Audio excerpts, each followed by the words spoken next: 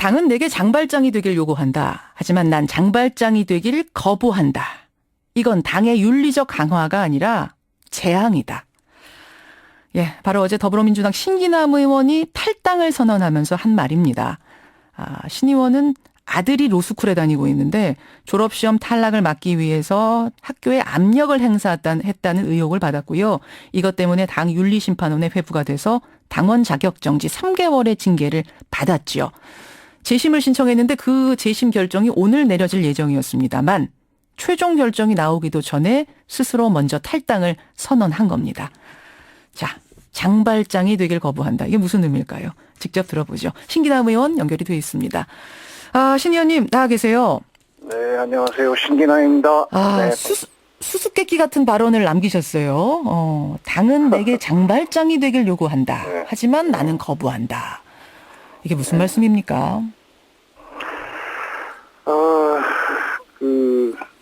정치적 희생양이 되기를 거부한다. 그리고 저희 길을 가겠다라는 그런 말이죠. 이 결과를 미리 정해놓고 몰아가는 이런 걸 제가 느꼈고 일종의 정치적 음모가 처음부터 있지 않았냐라는 그런 확신이 듭니다. 그래서 사실 이 관계는 사실관계입니다. 밝혀졌거든요. 학교 측에서 제가 뭐 압력을 넣은 사실도 없고 또 최근 그 학교 측의 소재선 교수라고 그분이 양심 선언을 해서 뭐 제가 잘못한 게 아니라 학교 측에서 오히려 여러 가지 해서 제가 무리한 학사 운영으로 제가 오히려 저와 저희 아들이 피해를 본 거라고 이렇게 얘기를 해줬거든요. 예. 그런데도 이 당 지도부 윤리심판원 사실에 눈을 감고 예. 저에게 당을 위해서 정치적 희생물이 돼달라 이렇게 요구해봤어요. 그래서 잠깐만요, 저 신 의원님. 네. 그러니까 당에서 누군가가 윤리심판원에서 당신이 좀 참고 희생양이 돼주시오라는 의미의 발언을 정말 건넸다는 겁니까? 그런 분위기로 심리의 분위기는 전혀 그렇지 않았는데 나중에 처분을 보니까 예. 누구든지 예상을 하지 못한 그런 처분을 내렸어요. 그리고 그 전부터 많은 소문이 있었습니다. 소문이요? 이렇게 갈 것이라는. 네. 이렇게 될 거라는 소문. 아니 그런데 당 윤리위에서 어느 정도 사실을 이제 대학에 압력을 행사했다는 사실을 확인했으니까 징계를 내린 거겠지. 그렇지는 않습니다. 그 내용 결정서를 보면 그렇지. 전혀 학교 측에 제가 압력을 행사한 것도 없고 무슨 뭐 변호사 합격률을 제가 높여준다든지 뭐 누구 부원장을 국회로 호출했다든지 이런 것이 다 왜곡된 것이거든요. 왜곡됐다는 걸 윤리위가 다 조사 결과 나왔으면서도 이렇게 결과를 낸 게 이해가 안 간다. 예, 그러니까 이제 그런 걸 인정하면서도 왜 학교에 찾아가냐? 국회의원 품위 유지 위반 아니냐? 이런 이유로 그런데. 그걸 가지고 저를 정치적 사형 선고, 출마도 못하게 하는 이런 거 내릴 줄은 저도 몰랐지만 주변에서도 깜짝 놀랐습니다. 주변에서도. 아니 그러면 제가 짧은 장성 시간에 다 밝힐 수는 없고 그 사실관계가 다 그렇게 판명이 났다는 건 제가 물론 언론도 보도가 여러 군데 됐는데 아직 우리 국민들에게 자세히 안 했겠어요. 그러면 그 주장이 지금 신 의원님 주장이 맞다면 당이 있지도 않은 죄를 씌워서 징계를 내렸다 이런 말씀이시잖아요. 근데 굳이 신 의원 같은 사선 의원한테 그렇게 할 이유가 뭐가 있다고 생각을 하시는 건가요? 언뜻 이해가 안 되는데요. 정치라는 게 그렇습니다. 우선 이제 타겟이 되기가 제가 적절하다고 볼 수 있고요. 또 그렇게 함으로써 또 어떤 이익을 보는 그런 분들도 있잖아요. 이익을 보는 분들이 누가 이익을 볼까요? 제 2달 전부터 신기남은 아웃되고 여기에 모 변호사가 전략 공천온다 이런 소문이 파다했어요. 이 조사 들어갈 때부터. 근데 설마 그랬죠 저는. 정말 그럴 리가 있나. 근데 흘러가는 게 점점 글로 가는 거예요. 그러더니 결국 이렇게 사실 확정된 사실과 부합되지 않는 무리한 과도한 처분이 나오더라고요. 그래서 저는 재심을 청구해 놓긴 했지만 사실 기대는 하지 않았어요. 기대는 하지 않고 단지 이 결과를 미리 정해놓고 희생양으로 몰고 가는 이 부당한 처분에 대해서 제가 어떻게 할지를 올해 좀 고민한 것뿐입니다. 알겠습니다. 어저께 결단을 내리고 예. 이건 내가 거부해야 되겠다. 내 길을 가야 되겠다 하고 결정을 한 거죠. 어제 어떤 말씀을 또 하셨냐면 신진 인사들이 선배 의원을 매도하고 점령군 행세를 하고 있다. 점령군 행세 이건 또 무슨 말씀이신가요? 지금 외부에서 예. 많이 지금 들어오지 않았습니까? 갑자기 많은 분들이 들어왔는데 예. 당 대표부터 비롯해서 요새 뉴 파티라고 한창 당의 정책을 다 많이 독점하고 있더라고요. 예, 인재들 영입이 됐죠. 예, 그런데 과연 그분들이 우리 당의 전통적인 정체성에 맞는 것인지 좀 의심스럽고 그리고 와서는 좀 무리한 운동도 많이 하고 무리한 신진 영입으로 들어왔으면은 신진 인사답게 예. 해야 되는데 어째 큰 권력이나 가진 듯이 이렇게 물갈이 얘기를 한다든지 그리고 어떻게 당을 움직여가는 그런 위치에 있는 분들 같이 해요. 그래서 많은 기존의 선배 의원들이 상당히 당황해하고 심지어는 위축되고 있습니다. 그런 생각을 하는 분이 그러니까 많이 계시다는 거예요. 있죠. 예, 있는데 말을 못합니다. 왜냐하면 공천을 앞두고 있기 때문에. 공천을 앞두고 있기 때문에. 예. 그래서 신진 인사들이 들어왔으면 좀 험지에 가서 어려운 데 가서 새누리당하고 겨루어서 당에 기여를 해야지. 이렇게 쉬운 곳, 빈 곳만 찾아다니면서 이렇게 하려고 하면 신진 인사답지가 못하죠. 자, 근데요. 당 내 외부에서 당의 변화를 계속 요구해왔고 심지어 그 과정에서 대규모 탈당까지 있지 않았습니까? 그래서 당 지도부가 외부에서 신진 인사들을 영입하면서 당의 활력도 찾고 이미지도 쇄신하고 이런 긍정적인 효과가 있는 거 아니겠습니까? 그런 것이 보이지가 않아요. 저희가 옛날에 저희 개혁운동할 때는 그렇게 하지 않았습니다. 보니까 좀 제가 점령군이라는 말을 쓴 것은 다 이유가 있고 많은 의원들이 기존의 의원들이 공감을 하리라고 생각해요.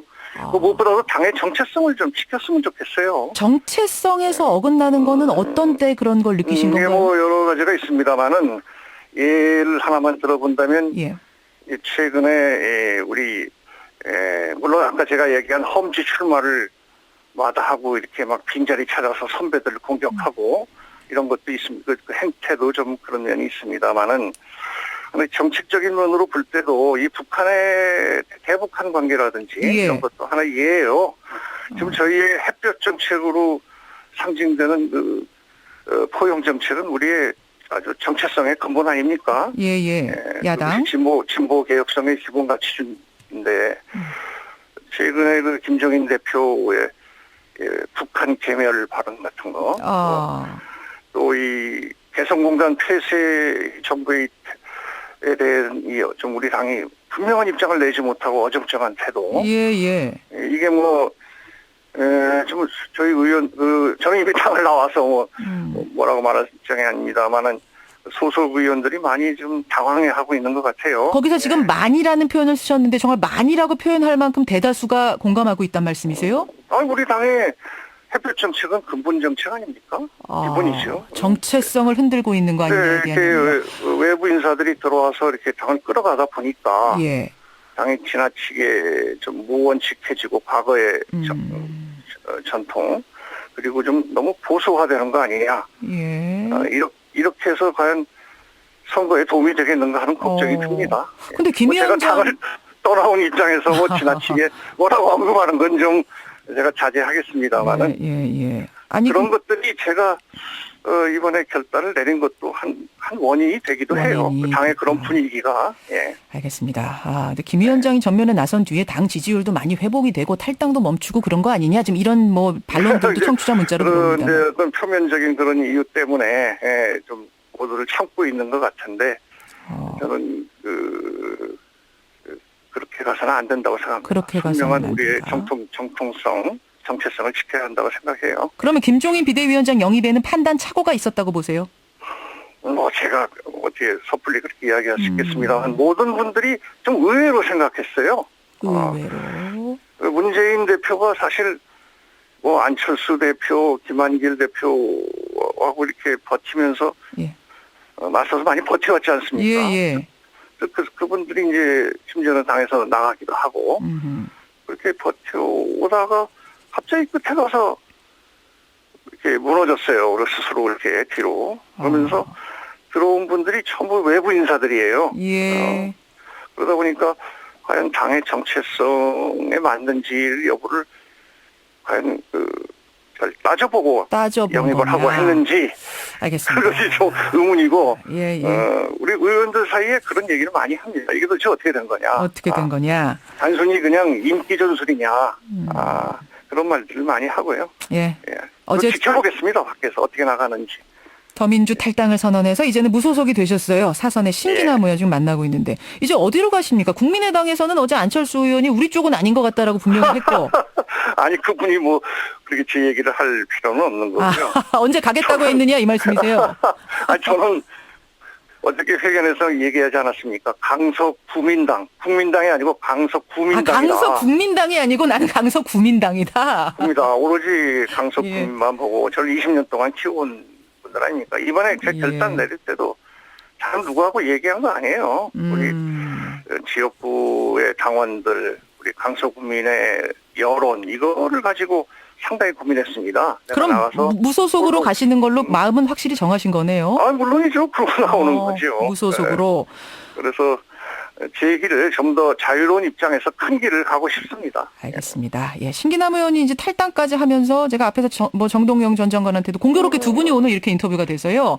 천신정, 천신정 3인방이 모두 당을 떠났다. 요거 질문을 앞에서 드렸는데 신 의원님 심정이 어떠세요? 뭐라고 그러던가요? 우리 정동영 동지가. 착잡하다 하시더라고요.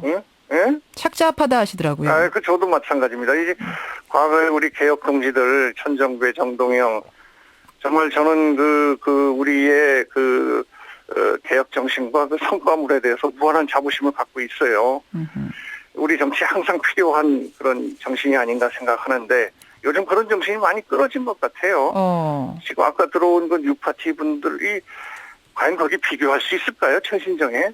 그렇게까지 생각을 해요. 그렇게 해가지고서야 개혁이라고 이야기할 수 있습니까? 젊은 사람들이. 천신정 세 분이 다시 뭉쳐서 뭘 할 생각도 있으세요?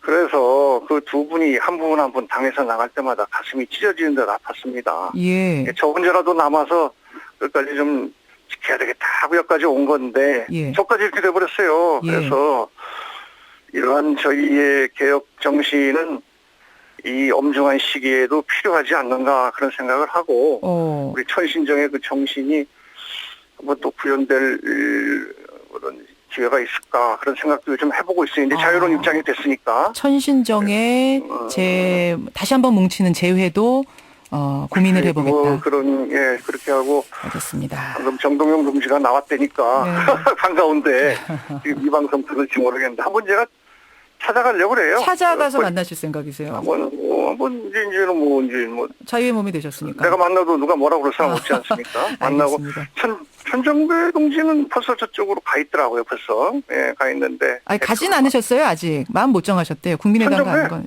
전 정동영 전 장관 말씀하신 줄 알았어요. 천정배 대표. 천정배 대표. 3시 한번 만나보려고 합니다. 3시 한번. 알겠습니다. 여기까지 오늘 말씀 듣죠. 고맙습니다. 감사합니다. 신기남 의원이었습니다.